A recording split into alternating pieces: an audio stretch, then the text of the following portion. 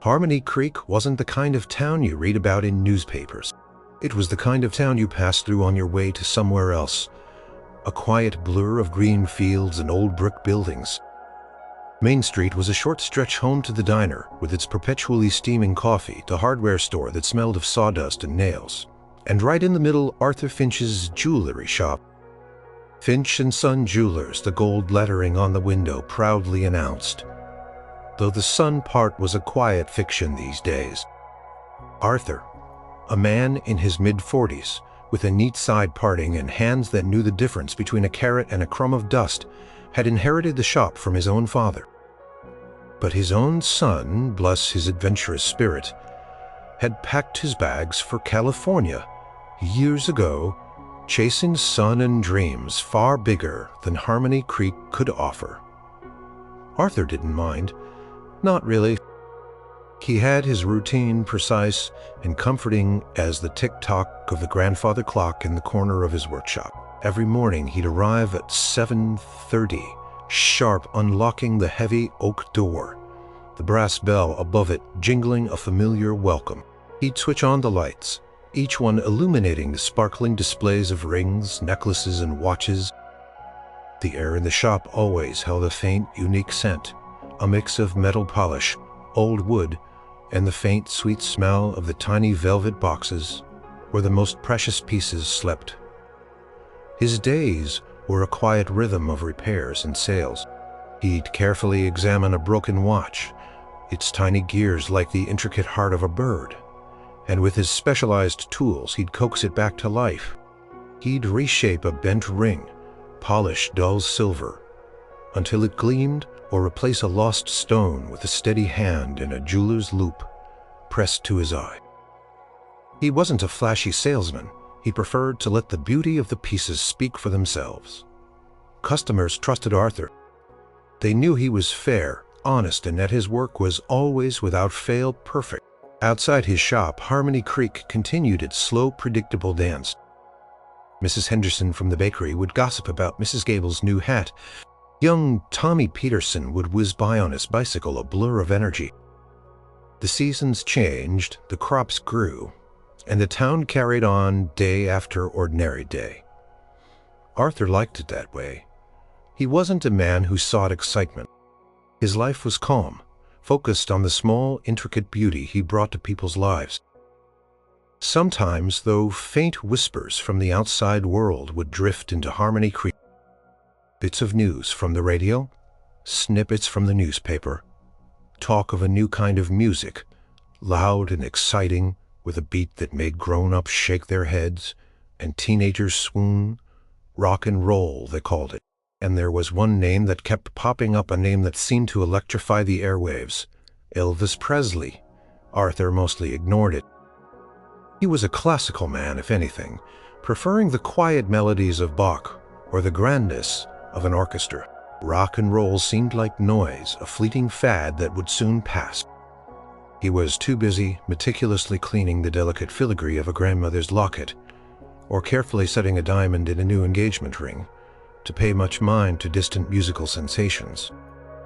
One Tuesday morning, as Arthur was polishing the glass of his display cases, he overheard Mrs. Henderson talking to Mr. Gable right outside his shop. Their voices were usually hushed, but today they were practically vibrating with excitement. "Did you hear, Arthur?" Mrs. Henzer called through the open door, her voice a stage whisper that everyone on Main Street. "They say he's coming to our very own Harmony Creek." Arthur paused, a polishing cloth in his hand. "Who, Mrs. Henderson?" he asked. Genuinely puzzled. He rarely paid attention to local gossip. "Why, Elvis," she exclaimed, as if the whole world knew. "Elvis Presley himself. A concert, they're saying. Right here in Harmony Creek," Arthur blinked. The name hung in the air, a strange, vibrant sound in his quiet shop. He dismissed it with a polite smile and a shake of his head.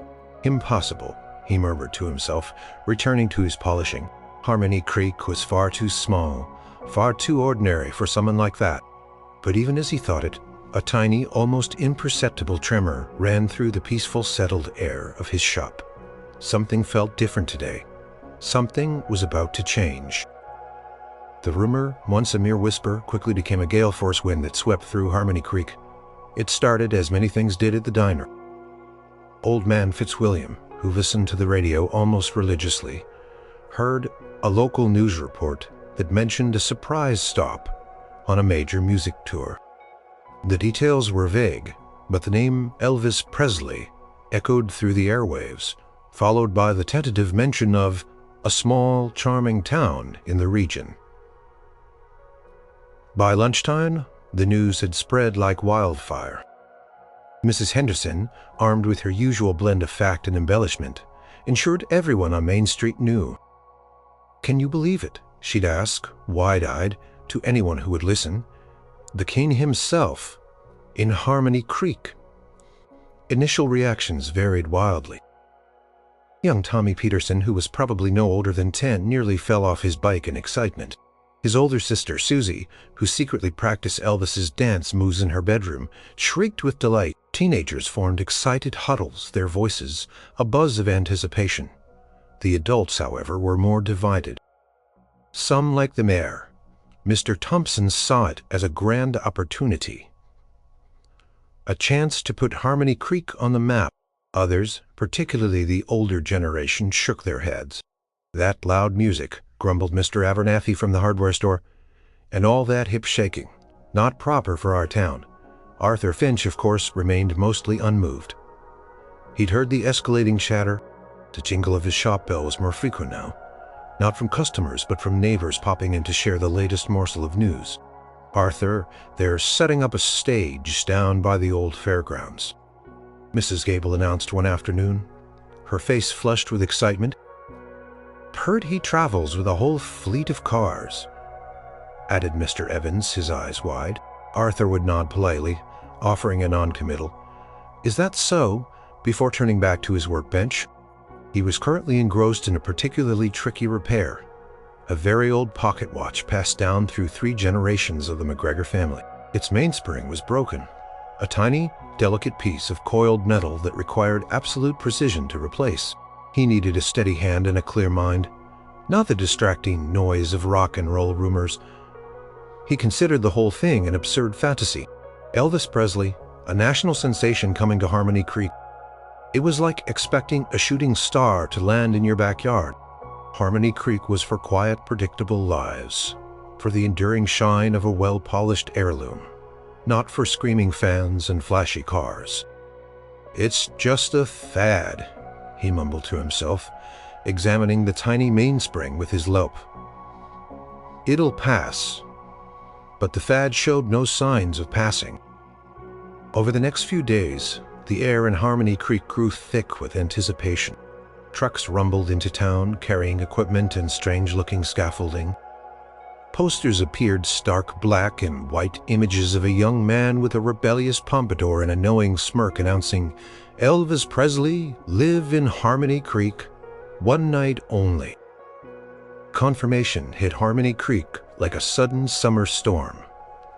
It was real. The king was indeed coming. The mayor made an official announcement from the steps of Town Hall, his voice booming through a crackling loudspeaker. He spoke of historical significance, of cultural events, and of the town's readiness to welcome its special guest. Arthur heard it all, even through the thick walls of his shop. Cheers that followed the mayor's speech, the excited chatter that turned into a roar, the sudden burst of music from a portable radio. Someone had cranked up loud. He couldn't ignore it any longer. He looked up from the McGregor watch, his tools lying still on the velvet mat. The delicate gears of the timepiece seemed to hum with the town's frantic energy. He walked to his front window and peered out. Main Street was bustling, more alive than he'd ever seen it. Young people danced on the sidewalks, mimicking the moves they'd seen in magazines. Adults chatted excitedly, some with skeptical expressions, others with a glint of curiosity in their eyes. He saw Tommy Peterson pointing excitedly at one of the Elvis posters, his face alight with wonder. Arthur felt a strange, unfamiliar stirring within him. It wasn't excitement, not exactly. It was more like a sense of inevitability. Harmony Creek, his quiet, predictable Harmony Creek, was about to experience something truly extraordinary. And whether he liked it or not, Arthur Finch, the quiet jeweler, was right in the middle of it. The day was set. The king was coming. The day Elvis Presley was set to arrive in Harmony Creek dawned with an unusual energy. The morning air, usually crisp and quiet, hummed with an almost electric anticipation. People were up earlier than usual, congregating on their porches, sipping coffee and watching the main road with hawk-like intensity. Children, too excited to eat breakfast, bounced around like popcorn in a hot pan. Arthur Finch, despite himself, felt a tremor of something akin to curiosity. He went through his usual morning routine, but his hands felt a fraction less steady as he unlocked the shop door. The familiar jingle of the bell sounded a little sharper, a little more urgent. He tried to focus on his work, setting out his polishing cloths and trays of intricate tools, but his mind kept drifting to the street outside. By mid-morning, Main Street was practically impassable. Cars mostly, old Ford sedans, and pickup trucks were parked haphazardly along the roadside, bringing visitors from neighboring towns who had heard the news. People lined the sidewalks, peering expectantly down the road. Teenagers dressed in their finest clothes giggled and whispered, their eyes sparkling with dreams. The concert everyone knew was scheduled for that evening. Talk was that Elvis would arrive in the early afternoon, perhaps to rest, or simply to make a grand entrance. The sun climbed higher, warming the streets, and the crowd grew thicker, a buzzing, restless mass. Arthur decided he couldn't simply ignore it any longer. He walked to his front window, pushing aside the velvet curtain just enough to peer out. The sight was incredible. Never in his life had he seen so many people on Main Street. He watched as a group of young girls started to hum an Elvis tune, their voices rising in a hopeful, almost prayer-like chant. Then a distant rumble. It grew louder, a deep, thrumming sound that vibrated through the ground. Heads snapped towards the end of Main Street. A collective gasp rippled through the crowd. First, a sleek black sedan, impossibly long and shiny, glided into view. Then another and another, until a small motorcade, a line of powerful dark B-line, was slowly making its way down the street. A cheer erupted off their polished chrome. A cheer erupted off their polished chrome. As the lead car drew closer, he could just make out a figure in the back seat, a distinct silhouette, dark hair unmistakably styled. Even from a distance, there was an aura about him, an undeniable presence that seemed to draw all eyes. It was him, Elvis. The motorcade slowed as it reached the more congested part of Main Street. The crowd pressed in, shouting, waving. Security personnel in dark suits got out of the cars, forming a protective perimeter. Arthur watched mesmerized. This was a force of nature, a living legend right here in Harmony Creek. Suddenly, just as the lead car was passing directly in front of Finch Son Jewelers, there was a small commotion. One of the tires on the sleek black Cadillac seemed to sag, going flat with a barely audible hiss. The driver, a broad-shouldered man, cursed under his breath and pulled the car to the curb. The motorcade stopped. Crowd, sensing a momentary pause, surged forward, even more pressing against the security guard. From Arthur's window, he had a perfect, if slightly elevated view. The back door of the Cadillac opened. A pair of shiny black boots, then long legs and tailored trousers emerged. And then, there he was. Elvis Presley. He stood beside the car, a vision in an impeccably tailored suit, his famous pompadour perfectly coiffed. He looked a little surprised by the flat tire, but then he turned his gaze sweeping over the crowd, a small, polite smile on his lips. He waved casually, and the crowd roared again, a cacophony of adoration. Arthur, forgetting himself, pressed his face closer to the glass. Elvis was even more striking in person, larger than life, yet with an unexpected calm about him. His eyes, though shielded by dark sunglasses, seemed to take everything in. As a security guard began to direct the rest of the motorcade to pull ahead, and another started to inspect the flat tire, Elvis seemed to seek a moment of quiet. He took a small step away from the immediate crush of the crowd. his gaze still surveying the street. His eyes beneath the dark lenses seemed to pause. They weren't looking at the adoring fans or the busy street. They were looking at the row of small, quiet shops. And then, almost as if drawn by an invisible thread, they landed on Finch and Son Jewelers. Arthur, standing frozen behind the glass, felt his breath catch. For a fleeting second, it felt as though Elvis Presley, the king of rock and roll, was looking directly at him. A spark, a tiny flicker of intrigue, crossed Elvis's face. He raised an eyebrow slightly, then turned back to his entourage as they discussed the tire, but the moment, brief as it was, had been electric. Arthur knew with a sudden certainty that his quiet day was about to be anything but the flat tire was a minor inconvenience, quickly handled. Another car from the motorcade swiftly pulled up, and Elvis, with a final wave to the still roaring crowd, slipped into it and was whisked away to his hotel. A good distance from Main Street, the crowd slowly dispersed, buzzing with the thrill of having seen their idol up close. Arthur, however, remained rooted to the spot by his window. He had felt it, that brief, intense gaze. He shook his head, trying to dismiss it as a trick of the light or his own imagination running wild. Elvis Presley had looked at his shop. Ridiculous. He went back to his workbench, his hand still feeling a little shaky. The McGregor watch sat there, still waiting for its repair. He picked up his tools, but his focus was broken. The image of the sleek black car, the flash of the sunglasses, the sheer presence of the man filled his mind. A short while later, just as the street outside began to settle back into something resembling normalcy, the brass bell above the shop door jingled. Arthur looked up, expecting Mrs. Henderson or perhaps young Tommy coming to recount their Elvis sighting. Instead, a tall figure stood in his doorway. He was dressed in a dark suit, his dark hair gleaming under the shop light. He wore no sunglasses now, and his eyes, a startling blue, were clear and direct. A polite, almost shy smile played on his lips. It was Elvis. Arthur froze. His heart, which had just begun to calm, now hammered against his ribs like a trapped bird. He swallowed, trying to find his voice. "Can I help you, sir?" he managed, his voice sounding oddly high-pitched and strained. Elvis stepped fully inside his movements, surprisingly graceful for such a tall man. He looked around the shop, his gaze taking in the antique displays, the velvet-lined trays, the quiet hum of the grandfather clock. His eyes held a genuine curiosity, not the rushed glance of a celebrity passing through. "Good afternoon," Elvis said, his voice surprisingly soft, a gentle southern drawl that was nothing like the booming presence he had on records. "I hope I'm not disturbing you." "No, not at all," Arthur blurted out, then winced at his own eagerness. He tried to compose himself. He was a professional.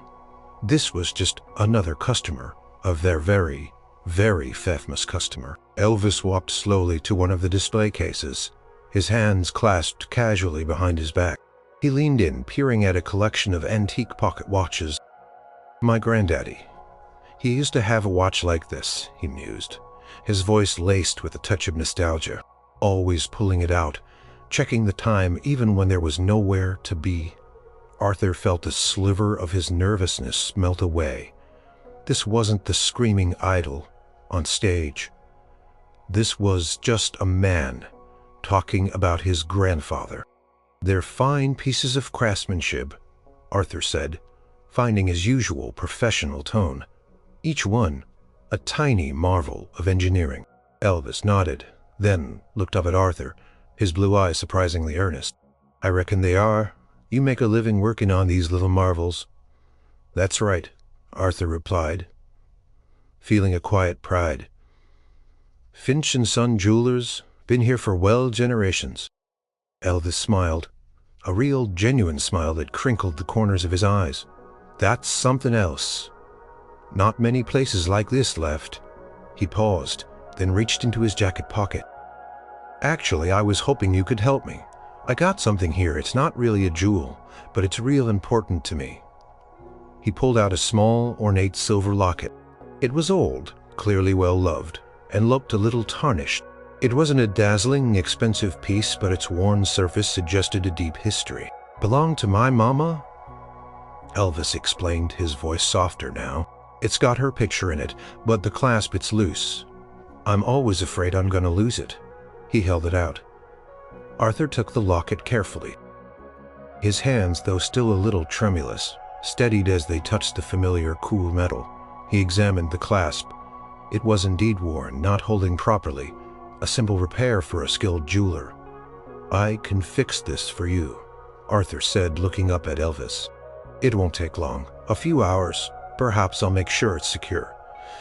Elvis's face lit up with relief. "That would be wonderful, sir. Truly, I'd be mighty grateful."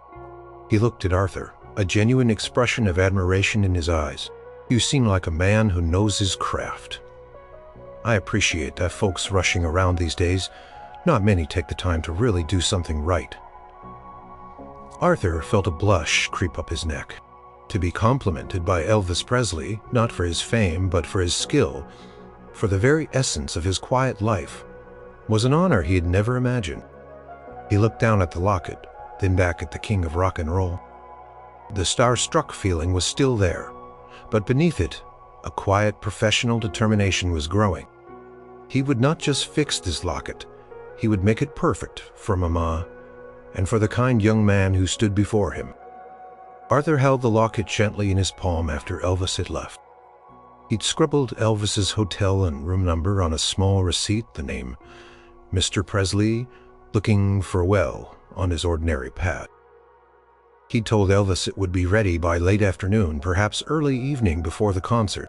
Elvis had thanked him profusely, his blue eyes holding a warmth that surprised Arthur. Now alone in his workshop, Arthur placed the locket under his magnifying lamp. He always started repairs by thoroughly examining the piece, understanding its history, its vulnerabilities. He picked up his jeweler's loupe, a small black cylinder he held to his eye, and peered closer. The clasp, as he'd initially seen, was indeed loose. A relatively simple fix, a bit of gentle bending, perhaps a tiny drop of solder to reinforce the hinge. But as he examined the locket's surface, he noticed something else, something far more complex. The locket wasn't just tarnished silver. It was a very old piece, intricately engraved with delicate floral patterns. And nestled within the patterns, almost hidden, were tiny, almost microscopic inlays of what looked like mother-of-pearl. One of these tiny pieces, no bigger than a pinhead, was missing from a corner, leaving a small dark void. Arthur frowned. This was no longer a simple clasp repair. This was restoration work. And to make matters more complicated, the locket was a double-sided piece, designed to hold two pictures. One side held a faded sepia photograph of a woman with kind eyes, undoubtedly Elvis's mother, Gladys. The other side was empty, probably awaiting another cherished image. The intricate hinge for this double-sided design was also slightly bent, making it difficult to open and close smoothly. The pressure began to mount. This wasn't just any locket. This was an heirloom, something Elvis carried close to his heart, a tangible link to his beloved mother. Arthur remembered the tenderness in Elvis's voice when he spoke of her. It wasn't just a monetary value, but an immeasurable sentimental one. He breathed out slowly. He didn't have any mother of pearl of that exact shade and thickness in his current stock. He rarely did such intricate inlay work. Finding a match would be like finding a needle in a haystack in Harmony Creek, and the hinge repair needed delicate, precise work to avoid damaging the frame. Arthur felt a cold knot of dread form in his stomach. He had promised it would be ready by evening. He had promised to make it secure. Could he really deliver? He paced his small workshop, running a hand through his neat hair. His reputation, his very standing in Harmony Creek, felt suddenly tied to this one unassuming locket. More than that, he felt a profound sense of responsibility to Elvis, who had treated him with such genuine respect. He took a deep breath and sat back down, picking up the locket again. He had to try. He rummaged through his drawers, pulling out old boxes of forgotten materials, hoping for a miracle. He found a tiny, old, discarded button made of antique mother-of-pearl. It was the wrong color, but maybe Just maybe he could carefully shave off a sliver, thin it down, and try to stain it to match the faded, ivory tone of the locket's existing inlays. It was a long shot, a painstaking hours-long process that could easily ruin the button, or worse, the locket itself. As for the hinge, he'd need to fashion a custom tool, a tiny specialized lever to gently realign the delicate mechanism. This would require intense concentration, absolute stillness, and a clear mind. He looked at the clock on the wall. Early afternoon. Concert was hours away, but Harmony Creek was already stirring again, the buzz building towards a fever pitch. He imagined Elvis getting ready for the biggest show of his life, perhaps thinking of his mother, perhaps wondering about his locket.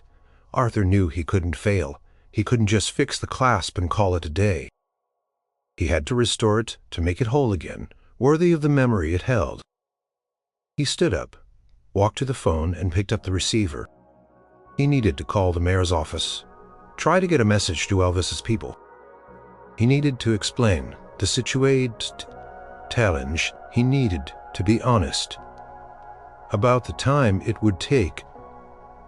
But as he held the receiver, he hesitated, disappointed. Would he He would dedicate every ounce of his skill, every moment of his time to this task. He would work through the night if he had to. This wasn't just about a repair anymore. It was about trust, respect, and a silent promise made between two very different men.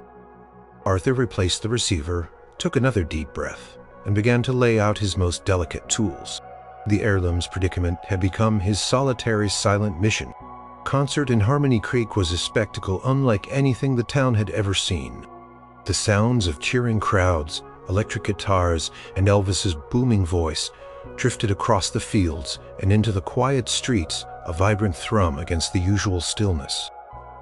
But for Arthur Finch, these sounds were just a distant backdrop to his solitary vigil. In his workshop, hours had passed. The afternoon faded into evening, then into deep night. Arthur worked under the harsh glare of his workbench lamp, his brow furrowed in concentration. He had successfully, painstakingly shaved a sliver from the old mother-of-pearl button. Now he was carefully, meticulously trying to stain it to match the faded, creamy tone of the original inlays on the locket. It was agonizingly slow work, each brushstroke barely perceptible, each moment holding the risk of ruining the tiny piece. His back ached, his eyes burned from the strain. The delicate hinge on the double-sided locket had proved even more difficult than anticipated. He'd spent an hour just fashioning a custom tool, a tiny, almost invisible lever, to gently coax the metal back into alignment without bending the frame. He was exhausted, his nerves frayed, and a cold wave of doubt kept washing over him. What if he failed? What if he ruined this priceless heirloom? He took a shaky breath, steadying his hands. He leaned in the loop, pressed to his eye, trying to fit the last infinitesimal piece of stained mother-of-pearl into its rightful place. He nudged it ever so slightly with a pair of fine-tipped tweezers. It wobbled. Cursed under his breath, a rare outburst for the usually composed jeweler. Just then, a soft knock echoed from the front of the shop. Arthur jumped, startled, nearly dropping the locket. Who could it be at this hour? He slowly walked to the front, his heart pounding with a mixture of annoyance and apprehension. Peered through the glass of the door, then blinked in disbelief. Standing on his doorstep, silhouetted against the dim glow of the streetlights, was Elvis Presley. He was still in his concert suit, though the jacket was open and his tie was loosened. His hair was slightly disheveled, and he looked tired, but his blue eyes held a gentle, concerned expression. Arthur fumbled with the lock, opening the door, just enough to speak. "Mr. Presley, is everything all right?" Elvis offered a tired smile. "Just checking on the locket, sir. And on you, I saw your lights were still on, figured you must be working late." He shifted his weight, looking genuinely apologetic.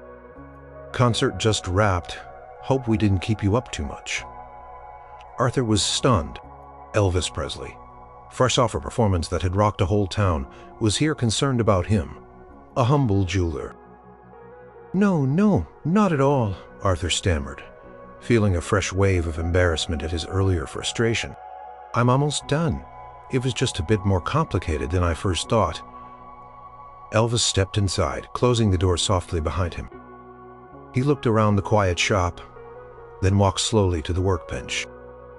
He saw the locket half repaired under the bright lamp, and the array of tiny, intricate tools. He saw Arthur's tired face, the lines of concentration etched around his eyes. "Looks like mighty fine work," Elvis said, his voice soft, almost a murmur. "I reckon I didn't realize how much goes into something like this." He picked up a magnifying glass, not Arthur's specialized loupe, and peered at the locket, at the tiny, almost invisible piece Arthur was trying to fit. "It's the inlay," Arthur explained, feeling a sudden need to justify the delay. "A small piece was missing. I had to make one from scratch." Elvis nodded slowly. "That's something else, Patience. Like that?" He looked at Arthur, his eyes warm. "You mind if I stay a spell? Don't want to bother you, but, well, I ain't exactly sleepy after a show like that, and it's peaceful in here." Arthur was speechless. Elvis Presley, wanting to stay in his humble workshop for peace. "Of course, Mr. Presley. Make yourself comfortable." Elvis pulled up a small stool, usually reserved for customers trying on rings, and sat down opposite Arthur. He didn't say anything for a long moment, just watched Arthur's careful, painstaking movements. "My mama, she loved that locket," Elvis finally said, his voice quiet, almost reflective. "She wasn't much for fancy things, but that locket. She cherished it, said it was from her own mama, passed down." He paused, a faraway look in his eyes. "Means a lot knowing someone's putting so much care into something she loved." Arthur continued to work, but his hands felt steadier now. The presence of Elvis, not as the king but as a young man talking about his mother, had a calming effect. "It's a beautiful piece, Mr. Presley," Arthur said, his voice low. "It tells a story." Elvis nodded. "Everything's got a story, don't it? Even a little jewelry shop in a town like this.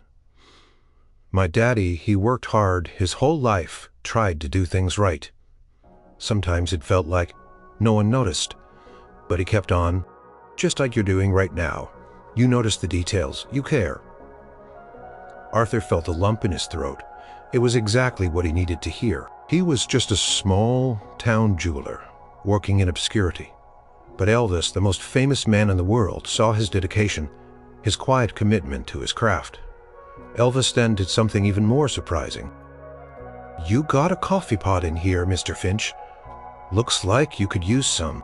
Before Arthur could answer, Elvis was already moving, searching for the small electric kettle Arthur kept in the back for his morning brew.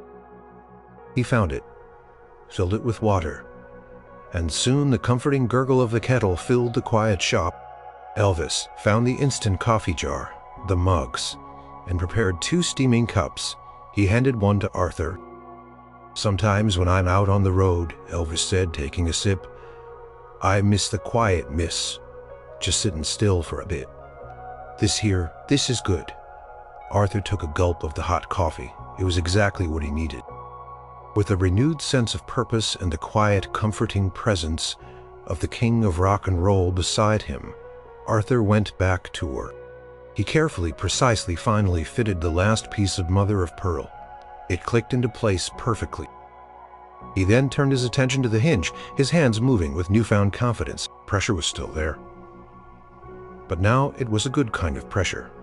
The pressure to honor, a trust to repay, a kindness. And as the sun began to hint at dawn, Arthur knew, without a doubt, that he would succeed.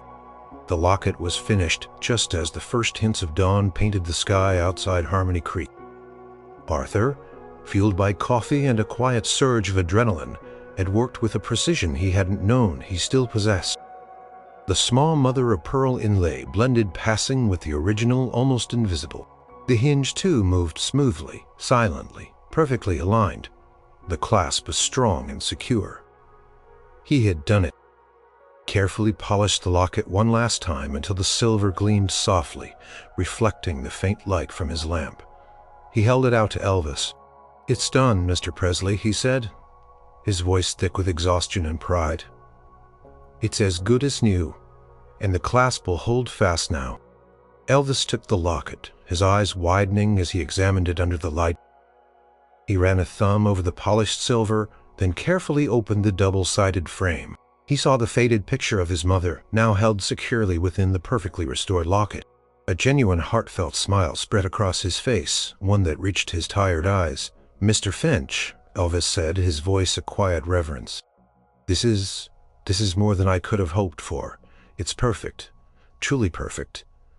He looked up at Arthur, his gratitude clear. "Thank you, more than words can say." He reached into his pocket, pulling out a thick wad of bills. "Please, let me pay you for your time, for your incredible work." Arthur shook his head.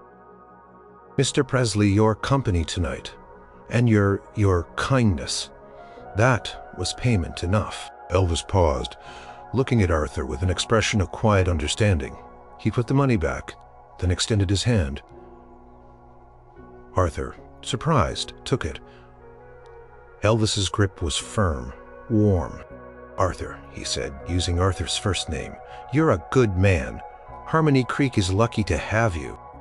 Then, with a final, appreciative nod and a quiet, "Thank you, Elvis Presley," the king slipped out of Finch Son jewelers and disappeared into the pre-dawn. Quiet, leaving Arthur alone in his shop, the scent of coffee and metal polish still hanging in the air. Arthur stood there for a long moment, the warmth of Elvis's handshake still tingling in his palm. He looked at his workbench, at the small, intricate tools, then at the empty spot where the locket had been. The exhaustion he had felt hours earlier was replaced by a profound sense of satisfaction and something more. A lightness in his spirit, a quiet joy. When Mrs. Henderson arrived at the bakery later that morning, she found Arthur Finch sweeping the sidewalk in front of his shop. But he wasn't sweeping with his usual diligent, almost somber concentration. He was humming, and not just any tune, but a jaunty, unfamiliar melody that sounded suspiciously like one of those rock and roll songs the young people liked. "Arthur, dear, you're up early," Mrs. Henderson called out, her voice a mix of surprise and curiosity. "And humming? My, what a night it must have been." Arthur straightened up, a rare, genuine smile gracing his lips. "A good night, Mrs. Henderson. A very good night." He paused, then, unable to keep the secret, he leaned in conspiratorially. "You know that Elvis Presley fellow? He paid me a visit last night." Mrs. Henderson's eyes widened to saucers. "He did what now to your shop? Why, Arthur..." Arthur then recounted the story, not with embellishments, but with simple, honest words. How Elvis had brought in his mother's locket. How he had stayed quietly keeping him company, making coffee and speaking to him like an old friend. He spoke of Elvis's humility, his respect for craftsmanship, and his genuine concern.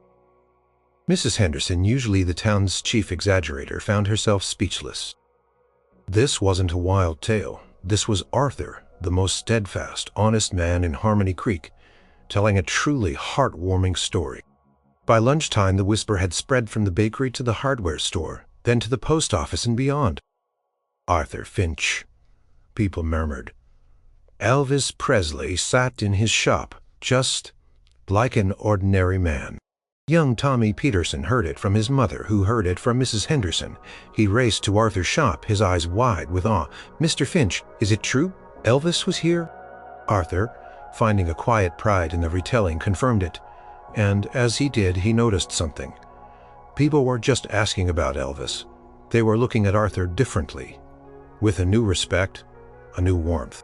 Quiet jeweler, who had simply done his job with dedication, had become part of Harmony Creek's most incredible story.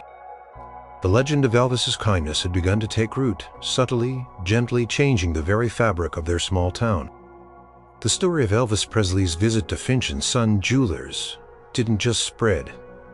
It took root in Harmony Creek, sinking deep into the town's very soul.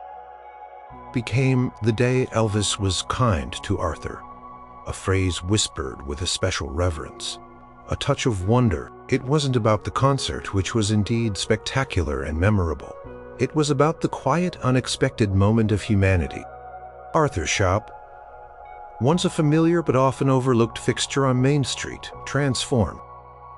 It became a local landmark, a point of pilgrimage for both locals and curious visitors from nearby towns.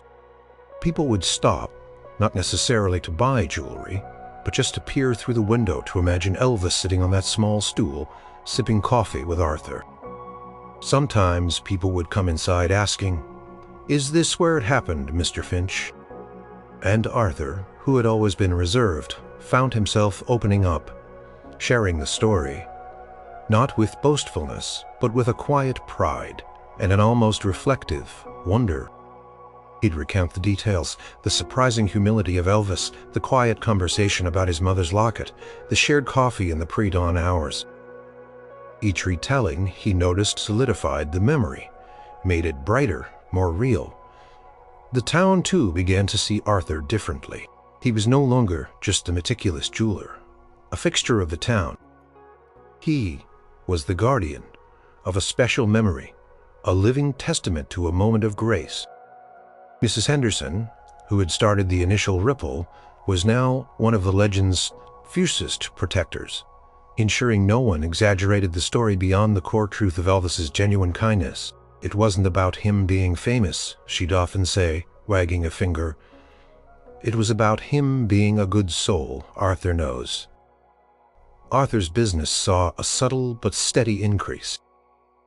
Not a rush of tourists, but a deepening of loyalty from his regular customers and new patrons from neighboring towns who felt a special connection to Harmony Creek. Because of the story, they sought out Arthur's shop, not just for his skill, but for the quiet, honest character that Elvis Presley himself had recognized. More importantly, the legend infused Harmony Creek with a new kind of pride. It wasn't the pride of being a big, bustling city, but the pride of a small town that had seen something truly special, something genuine. The story became a quiet lesson for the town. It wasn't about fame or fortune. It was about character. It taught them to look for the good in people, to appreciate the simple acts of kindness, and to value craftsmanship and dedication. Young Tommy Peterson, who often helped Arthur sweep the sidewalks on Saturdays, was particularly fascinated. "Mr. Finch," he'd ask, his eyes wide, "did he really make you coffee?" "He certainly did, Tommy." Arthur would confirm with a gentle smile, "Strong and black, just how I like it." Tommy would then go off and tell his friends, his voice filled with awe. For him and the other children of Harmony Creek, Elvis wasn't just a singing sensation.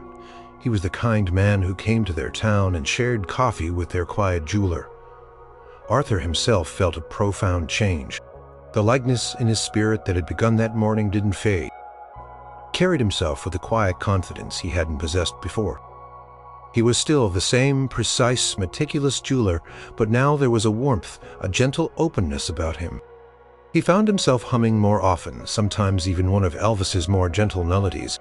He looked at his quiet workshop filled with the glint of metal and the scent of polish, and felt a deeper connection to his craft, knowing that even the king himself had seen its worth. The McGregor watch, the one he had been working on when the rumor first began, was eventually completed and returned to its owner, running perfectly, but it now felt like a relic from a different lifetime, a time before the king had graced his humble shop, before the quiet jewel of Harmony Creek had taken on a new legendary gleam. The legend had taken root, not just in the town's memory, but within Arthur's own heart. Years turned into decades. The 1950s gave way to the 60s, then the 70s, and beyond. Elvis Presley's fame continued to grow, reaching unprecedented heights, his image becoming iconic, his music eternal. Then, tragically, came the news of his passing, sending shockwaves across the globe. But in Harmony Creek, the story of his quiet visit remained etched indelibly into the town's collective memory. The legend of Elvis and Arthur became a cherished part of Harmony Creek's identity. It was passed down from parents to children, from grandparents to grandchildren. At family gatherings, someone would invariably bring up the story, and everyone would listen with a fond smile, especially when it was Arthur himself recounting the details. Arthur Finch aged gracefully, like the finest silver. His hair thinned and turned white. His movements became a little slower, but his hands, though lined with age, retained their remarkable steadiness and skill. He continued to work in Finch Son jewelers, no longer feeling the need for a son to join him. His apprentice, a bright young woman named Clara, learned not only the intricate craft of jewelry making from him, but also the story of that remarkable night. "He sat right there, Clara," Arthur would often say, pointing to the stool where Elvis had waited. "Just a regular man talking about his mama." Clara, who had only ever known Elvis as a legendary figure from history books and old records, would listen rapt, her respect for Arthur deepening with each retelling. The story for her wasn't just about a famous singer. It was about the profound power of human connection, about humility, and about the quiet dignity of Arthur's life. Arthur often thought back to that odyssey for him. It was a clear, vivid memory of a shared human moment. He realized over the years that it wasn't just a celebrity encounter. It was a turning point. Before Elvis, Arthur had been content, but perhaps a little isolated in his precise world. After, he was still precise, but he was also warmer, more open, more connected to the pulse of Harmony Creek. He saw the ripples of Elvis's kindness everywhere. He saw it in the way people treated each other, a subtle shift towards greater appreciation for small acts of decency. He saw it in the way Harmony Creek cherished its own quiet charm, knowing that even a global icon had found peace within its unassuming streets. The town never sought to capitalize on the story in a crass way. There were no flashy Elvis museums or garish souvenirs. The legend was too precious, too personal. It was kept alive in the quiet conversations, in the knowing glances, in the simple pride of being Harmony Creek. Sometimes a tourist, perhaps an Elvis fan passing through, would stop at Arthur's shop, having heard the local legend. They'd come in eyes wide with curiosity, asking if it was true. Arthur, by then, a kindly old man with a twinkle in his eye, would nod slowly and offer to tell them the story, always emphasizing the kindness, the humility, the genuine human spirit that Elvis had shown. It wasn't about the music that night, Arthur would say, his voice soft with memory. It was about respect for a craftsman, for a quiet moment. That's what made him a legend here. Harmony Creek remained. Harmony Creek, a quiet blur of green fields and old brick buildings, but beneath its calm surface there was a quiet glow, a warmth that had originated from a single act of kindness shared between a superstar and a small-town jeweler, a moment that had echoed through the years, shaping not just a man but a whole community. Arthur Finch, the quiet jeweler, understood that some of the brightest gleams in life didn't come from diamonds, but from unexpected moments of human grace. Arthur Finch finally retired from Finch Son Jewelers when he was well into his 80s. His apprentice Clara took over the shop, maintaining its quiet dignity and the meticulous standards Arthur had instilled in her. The brass bell still jingled above the door. The scent of metal polish and old wood still filled the air, and the grandfather clock still ticked steadily in the corner. Arthur, though no longer bent over a workbench, still visited the shop almost daily. He'd sit in his favorite armchair in the back, sipping tea, watching Clara work, and enjoying the familiar atmosphere. He was Harmony Creek's beloved elder statesman, a living piece of its most famous story. The legend lived on, strong as ever. Harmony Creek never forgot the day Elvis came to town. The story was told to children during school history lessons, not as a celebrity anecdote, but as a tale of kindness and unexpected connection. Visitors to the town would often be directed to Finch Son Jewelers, not just for beautiful jewelry, but to hear the tale from Clara, who told it with the same reverence and warmth she had learned from Arthur. A small, tasteful plaque placed subtly on the wall inside the shop simply read, "In this very spot, a legend of kindness was born. valued by Elvis Presley, cherished by Harmony Creek. It wasn't flashy, just a quiet acknowledgement of the town's special history. Arthur, in his quiet moments, often reflected on that extraordinary night. He had fixed countless watches, restored countless heirlooms, but no piece had ever carried the same weight, the same profound meaning as Elvis's mother's locket. He understood now that the true value of his work wasn't just in the gold or the gems, but in the stories they held and the human connections they fostered. He saw the ripple effect of that single act of kindness everywhere. Harmony Creek, while still a small, quiet town, carried a certain light within it. It valued its people, its traditions, and its stories. It taught its children that true greatness wasn't just about fame, but about character, about humility, and about reaching out to others, even when you stood on top of the world. Arthur Finch's life, which had once seemed so ordinary, so predictable, had been touched by something extraordinary. But it wasn't just the presence of a star that had changed him. It was the star's simple, profound act of humanity. It had affirmed his own life's work, shown him the quiet dignity in his craft, and connected him to something far bigger than himself. One sunny afternoon, sitting in his armchair in the shop, Arthur watched Clara meticulously polish a silver bracelet. A young mother and her curious daughter had just left the little girl's eyes wide as she clutched a small polished stone Clara had given her, whispering, "That's where Elvis was kind to Mr. Arthur." Arthur smiled. The story wasn't just a memory, it was a living breath in Harmony Creek. It was a reminder that a small unexpected act of kindness could gleam brighter and last longer than any jewel. Could build a legend, inspire a town, and forever warm the heart of a quiet jeweler named Arthur Finch. And in that quiet, enduring gleam, the true legacy of Elvis Presley's kindness lived on, shining bright in Harmony Creek.